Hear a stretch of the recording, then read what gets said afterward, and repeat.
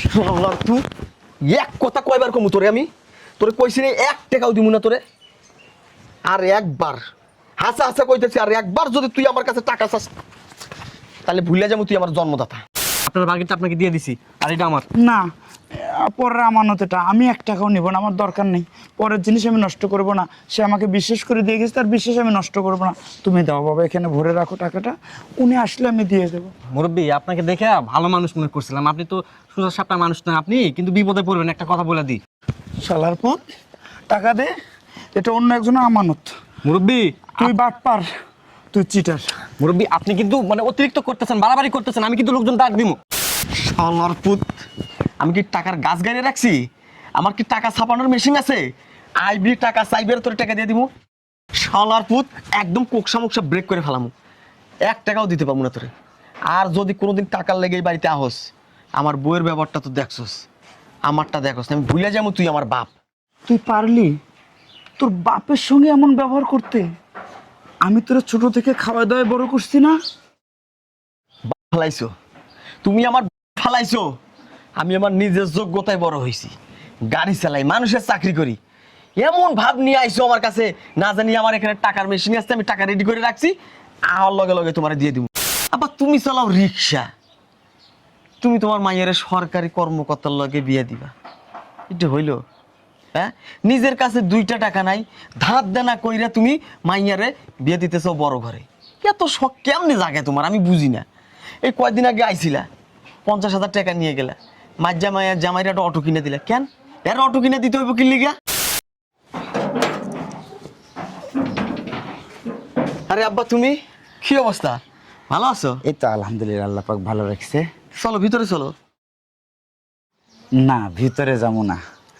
তোর বউ যে জল্লাদের জল্লাদ, এর আগে একবার আইছিলাম, তুই বাসায় আসলি না। তোর বউ আমাকে যে অপমানটা করলো, খুব খারাপ লাগছে। ও, বুঝতে পারছি। যাজ্ঞা, কি লাগাইছ আব্বা, কোনো দরকার? একটা দরকারে আইছে বাবা। কি দরকার বলো? ওই তোর বোনের না বিয়ে ঠিক হয়েছে, খুব একটা ভালো সম্মত ছেলেটা আছে না, সরকারি চাকরি করে, অনেক ভালো ছেলেটাও, ভদ্র, ফ্যামিলি তো ভালো জানোস। তো আত্মীয় স্বজন খাওয়ামো, কিছু টাকার দরকার। যদি তুই 1,00,000 টাকা দিতিস আমার একটু উপকার হতো। আমি কিছু টাকা জমাইছি রিক্সা চালায়া, ওই 1,00,000 টাকা হলে খুব সুন্দর মতো আয়োজনটা পার করা যেত। তোর বোনটা অনেক সুখে থাকবে। তোমার শখ দেখলে না মাঝে মাঝে খুব জিদ ওঠে। আবার তুমি চালাও রিক্সা, তুমি তোমার মায়ের সরকারি কর্মকর্তার লগে বিয়ে দিবা, এটা হইল? হ্যাঁ, নিজের কাছে 2টা টাকা নাই, ধার দেনা কইরা তুমি মাইয়ারে বিয়ে দিতেছ বড় ঘরে। এত শখ কেমনে জাগে তোমার, আমি বুঝি না। এই কয়দিন আগে আইছিলা, 50,000 টাকা নিয়ে গেলা, মাজ্জা মায়ের জামাইরা একটা অটো কিনে দিলা। কেন এর অটো কিনে দিতে হইব কি লিগা? বাবারে, তুই তো বাবা হোস নাই, তাই বুঝবি না। শোন, বাবা মার একটা দায়িত্ব থাকে। পৃথিবীর সকল বাবা মা আছে না, সবাই চায় তার সন্তানেরা যতটুকু ভালো জায়গায় দেওয়া সম্ভব তাদেরকে সেখানে দিয়ে ভালো তুমি থামো রাখো। তো, লেভেল অনুযায়ী চলতে হয়। তোমার লেভেল কি? তুমি একজন রিক্সাওয়ালা, তাহলে তোমার মেয়েকে বিয়ে দিতে হবে কোথায়? হয় একজন ভ্যানওয়ালার লগে, নয়তো একজন অটো ড্রাইভারের লগে। তুমি সরকারি চাকরি খুঁজতে গেছো, একটু লজ্জা শরম তো থাকা দরকার, কমন সেন্সের অভাব তোমার। কি বলিস বাবা রিপন এইসব? তুই, তোর বোন না, তোর একটা দায়িত্ব আছে না?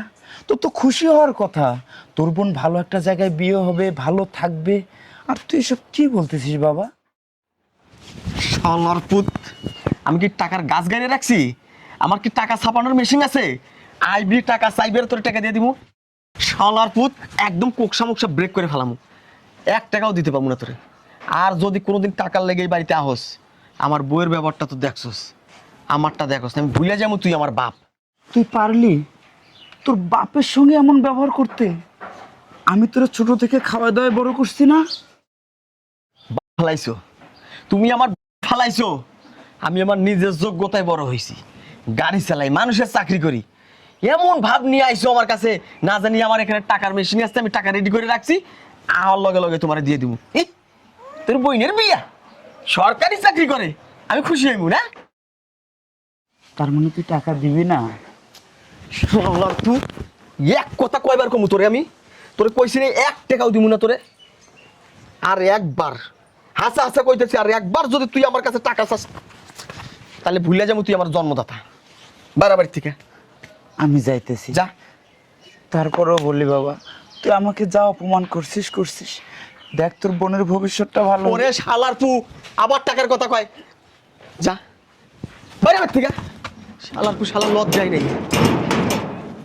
পান্দির পুতের কত বড় শখ, এই বেড়াই চালায় রিক্সা, মাইনে দিব সরকারি কর্মকর্তার লাগি বিয়া, আর বাইরে যাবই না শালা।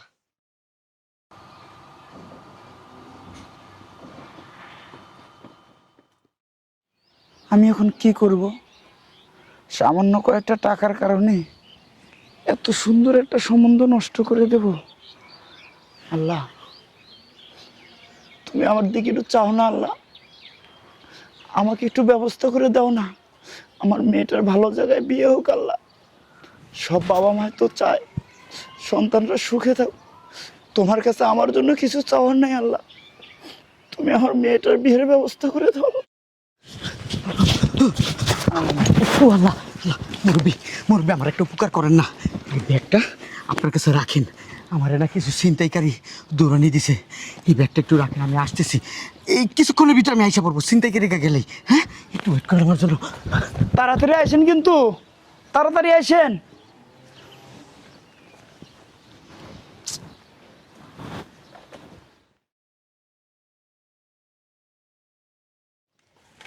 ছিনতাইকারী কই? ছিনতাইকারী বুঝলাম না। এই লোকটা আসলো, ব্যাগটা দিল, কতক্ষণে আসে না আসে তার কোনো ঠিক আছে? কই, কোনো তো ছিনতাইকারীরও দেখা যায় না। আল্লাহ জানে।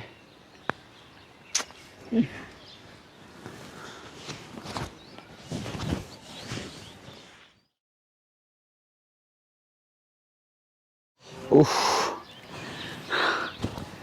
ইস, 3 ঘন্টা হয়ে গেল, রোদও অনেক। কি একটা অবস্থা কোন তো। কই গেল লোকটা? আসে না কেন? বাসায়ও যাওয়া দরকার, টাকা পয়সা জোগাড় করা লাগবে। একটা মানুষ আমানত দিয়ে গেল আমার কাছে, এটা রেখেও যাইতে পারতেছি না। কই আসে না কেন লোকটা? উফ, আল্লাহ, উফ, সহ্য হইতেছে না। আল্লাহ, কি রোদ! ভাই,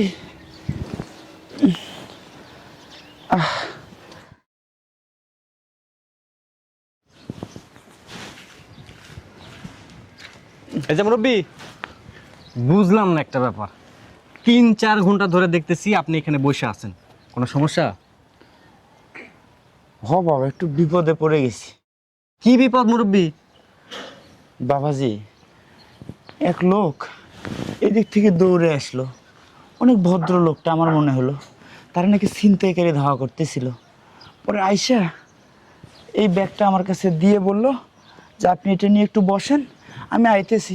সেই 3-4 ঘন্টা হলো এদিক গেছি, এখন পর্যন্ত তার আসার কোনো নাম নেই। এদিকে আমিও একটা ঝামেলা আছে, আমার বাসায় যাইতে হইব, একটা টাকার ম্যানেজ করতে হইব।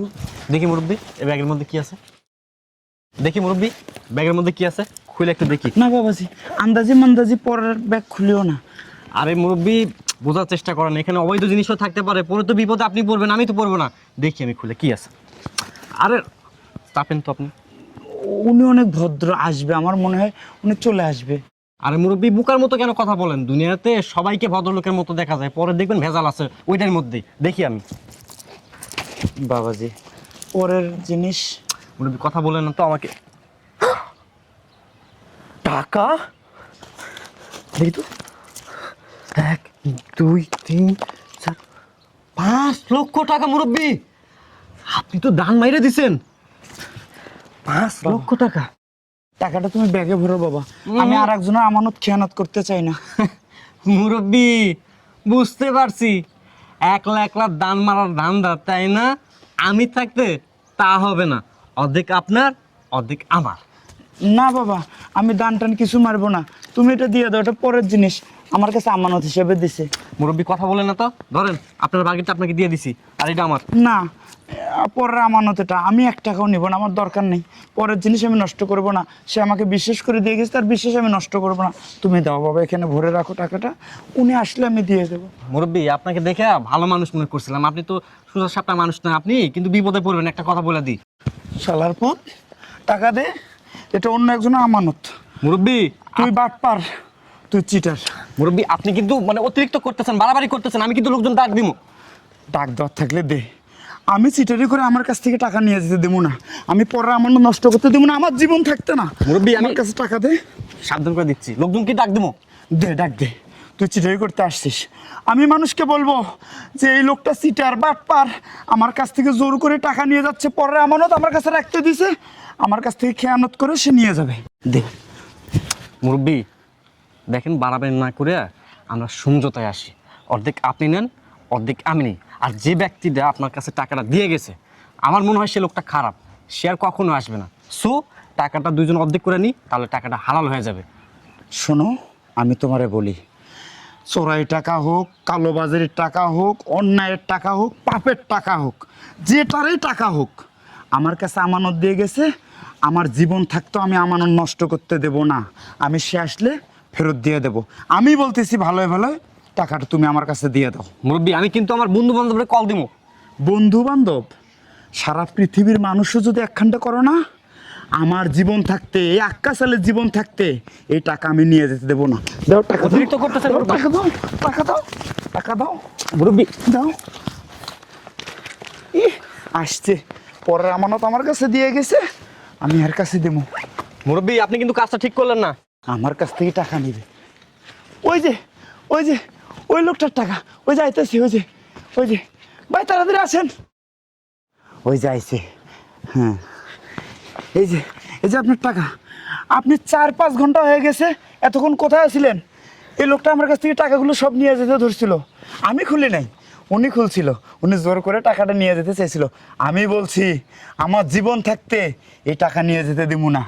এখন আপনি টাকাটা বুঝে পেয়েছেন না, আমি চলে যাই, আপনি টাকা দেখে নেন। শুনেন মুরব্বী, এদিকে আসেন। না বাবা, শুনেন, আমার সময় নেই। আচ্ছা আমার কথা শুনেন।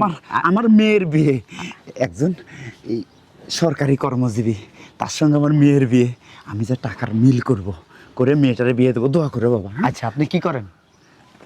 রিক্সা চালাই। রিক্সা চালান? হ্যাঁ আপনার মেয়ের বিয়ে? হ্যাঁ। তাই না? আচ্ছা এখানে কত টাকা গুনছেন? উনি বলছে 5 লাখ। 5 লাখ টাকা। সবটাই আছে। আপনি এতক্ষণ আমার জন্য ওয়েট করছেন এখানে। হ, এই রোদ। আচ্ছা আমার একটা প্রশ্নের উত্তর দিবেন? আপনি তো রিক্সা চালান, আপনার মেয়ের বিয়ের কথা, টাকা লাগবে। আচ্ছা এখানে তো 5 লাখ টাকা, আপনি তো নিয়েও দিতে পারতেন এই টাকাটা, নিয়ে গেলে আপনার মেয়ের বিয়ে দিতে পারতেন না সুন্দরভাবে? না বাবা, ওই টাকা নেওয়া যাবে না, আপনি এটা আমানত হিসেবে আমার কাছে দিয়ে গেছেন, আমি যদি খেয়ানত করি আল্লাহ বেজার হবে, আমার অনেক গুনাহ হবে, পরের জিনিস ধরতে নাই। আপনার খুব সততা, আপনার একটা সৎ মানুষ, আল্লাহ আপনার সবসময় ভালো করুক। শুনেন মুরব্বী, আরেকটা কথা বলি, আমার কোনো ছিনতাইকারী টিনতাইকারী দৌড়ানি দেয় নাই। নাই। আপনি যে বললেন আপনারা ছিনতাইকারী ধরছিল, কোনো ছিনতাইকারীতে ধরে নাই। মিথ্যা বললেন কেন আমার সাথে? মিথ্যা বলছি কারণ আছে। না, মিথ্যা বলা মানুষ ভালো না। আচ্ছা এদিকে আসেন, শুনেন, মিথ্যা মানুষ বলা ভালো না, কিছু কিছু সময় মিথ্যা কথা বলতে হয়। আমার কথা শুনেন, কিছু মিথ্যা কথা আছে যে মানুষের ভালোর জন্য বলতে হয়। এটা শুনছি আমি। আপনার মেয়ের যেহেতু বিয়ে, আপনার টাকা লাগবে, কয় লাখ টাকা হলে আপনার মেয়ের বিয়ে দিতে পারবেন? ওই আমি রিক্সা চালাইছি আর একটা কিস্তি উঠেছি, হ্যাঁ, এই সব মিলিয়ে 1,02,000 টাকা আমি জোগাড় করছি। আর আমার ছেলে আছে, ওর কাছে আইছিলাম 2 লাখ টাকার জন্য, ওইটা হলে আত্মীয় স্বজন সবাইকে একটু বড় করে খাওয়া দাওয়া দিয়ে বিয়েটা পার করাতে পারতাম। ছেলে দেয় নাই, দেখি ব্যবস্থা হয়ে যাবে, আল্লাহ চাইলে সব কিছু সম্ভব। হ্যাঁ আল্লাহ চাইলে সব কিছু সম্ভব। আল্লাহ আমারে পাঠাইছে আপনার কাছে, এই 5 লক্ষ টাকা আল্লাহ দিছে আপনারে, আমারে পাঠাইছে আপনারে দেওয়ার জন্য, আপনার মেয়ের বিয়ের জন্য। নেন, আরে নেন। না, আপনি আমার সাথে মিথ্যা বলতেছেন। শুনেন, আপনি কি মুসলমান? হ্যাঁ অবশ্যই মুসলমান, মুসলমান 5 না? ওয়াক্ত নামাজ পাঁচ পড়ি। ওয়াক্ত নামাজ পড়েন। কি সুন্দর নবীর সুন্নত রাখছেন, রাখছেন না? আমি রাখছি কিনা? এই জন্য বলতেছি আল্লাহ আমারে পাঠাইছে আপনারে এই 5 লক্ষ টাকা দেওয়ার জন্য।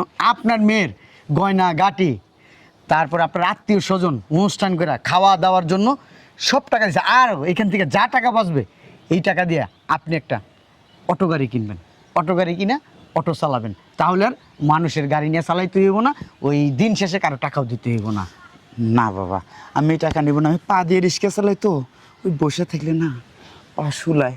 রাত্রেবেলা আবার তোমার চাষির কাছ থেকে টিপা নিতে হয়। নেন টাকাটা নেন, এটা টাকাটা আমার না, আল্লাহ আপনারা দিছে, আপনার টাকা। এবার আপনি তো বলেন আমানতের খেয়ানত করা কি ঠিক? ঠিক কি না বলেন? না ঠিক না। তাহলে আল্লাহ যেহেতু এই টাকাটা আপনারা দিছে, এখন যদি এই টাকাটা আমি নিয়ে যাই তাহলে আমানতের খেয়ানত হইল না? আমি আপনার টাকা মেরে খেলাম না? আমি কি আল্লাহর কাছে জবাব দিতে পারবো? বলেন পারবো? পারবো না। নেন ধরেন, এটা আপনার টাকা, নেন নেন নেন নেন। আমি কোনো বিপদে পড়ুম না তো বাবা। শুনেন, আল্লাহর দেওয়া টাকাতে, আল্লাহর দুনিয়াতে আল্লাহ পাঠাইছে এই টাকা আপনার জন্য। তা আপনি বিপদে পড়বেন কেন? বরঞ্চ আপনি এই টাকা না নিলে আমি বিপদে পড়ুম, আল্লাহ আমার শাস্তি দিব, আমার জাহান্নাম নিশ্চিত। এই যে আপনাদের দিয়ে গেলাম, আমার মনে হয় আমি একটা ভালো কাজ করলাম আল্লাহর হুকুমে। শুকর আলহামদুলিল্লাহ। আল্লাহ তুমি আমাকে এত বড় বিপদ থেকে উদ্ধার করছো আল্লাহ, লাখো লাখো শুক্রিয়া আল্লাহ। বাবা আল্লাহ তোমার অনেক ভালো করুক, ভালো থাকো, তোমরা দুইজনে ভালো থাকো বাবা। আমার মেয়েটার জন্য দোয়া করবে। আর শোনো, আমার মেয়ের বিয়ে সামনে শুক্রবার, জুম্মা বাদে খাওয়া দাওয়া। ওই যে বলবা যে আক্কা সালের বাড়ি কোনটা, বললেই দেখাই দেবো। এই যে ওই যে ওই যে ওই পাশে বাড়িটা, ওই যে বাড়িটা, হ্যাঁ 10 সিট বাড়িটা। ঠিক আছে, আসিও বাবা। হ্যাঁ আচ্ছা ঠিক আছে। ঠিক আছে, ভালো থাকো। আসসালামু আলাইকুম। ওয়ালাইকুম আসসালাম। আসসালামু আলাইকুম। ঠিক আছে। ভাই আমি একটা জিনিস বুঝলাম না, এতগুলো টাকা এই মুরব্বিরে আপনি কেন দিলেন? এখানে আপনার লাভটা কি? শোনো, মাঝে মধ্যে লাভ ক্ষতির হিসাব চিন্তা করলে হয় না। যেহেতু আমার আছে টাকা, আল্লাহ দিছে, টাকা ভালো জায়গায় ভালো কাজে লাগাইতে হইব। ওনার মেয়ের বিয়ে, এখন যদি আমি ওনারে যে টাকাটা দিতাম সাথে সাথে, উনি আমার কাছে টাকাটা নিত না কখনোই না। যে উনি কি মনে করতো যে আমার মনে হয় উনি দান করতেছে। তা আমি কিন্তু একবার মুখ দিয়ে উচ্চারণ করি না, আমি তার দান করতেছি টাকাটা। কে দিছে? আল্লাহ দিছে। আল্লাহ দিছে। সবই বুঝলাম, কিন্তু ভাই একটা জিনিস আমার মাথার মধ্যে না ধরতেছে না, যে ওই মুরব্বির মেয়ের বিয়ে, এইটা তুমি কিভাবে জানলা ভাই? কিভাবে জানলাম শুনবি? হ্যাঁ তাহলে শোন, এবার বুঝতে পারছস? হ্যাঁ ভাই বুঝতে পারছি। আসলে ভাই তুমি অনেক মহান, তোমার কাছ থেকে না অনেক কিছু শেখার আছে। আমি ভাগ্যবান যে তোমার মতো একজন বড় ভাইয়ের সংস্পর্শে আমি আসতে পারছি। চল, শুধু মহান বললে হইব না, খালি অবাক হইলে চলবো না, এগুলা ভিতরে ঢুকাইতে হইব। হ্যাঁ ভাই টাকা থাকলেই মন খুলে সবার দেওয়া যায় না, ঠিক ভাই, মন মানসিকতারও ব্যাপার আছে। অবশ্যই। আয়। ঠিক আছে ভাই চল।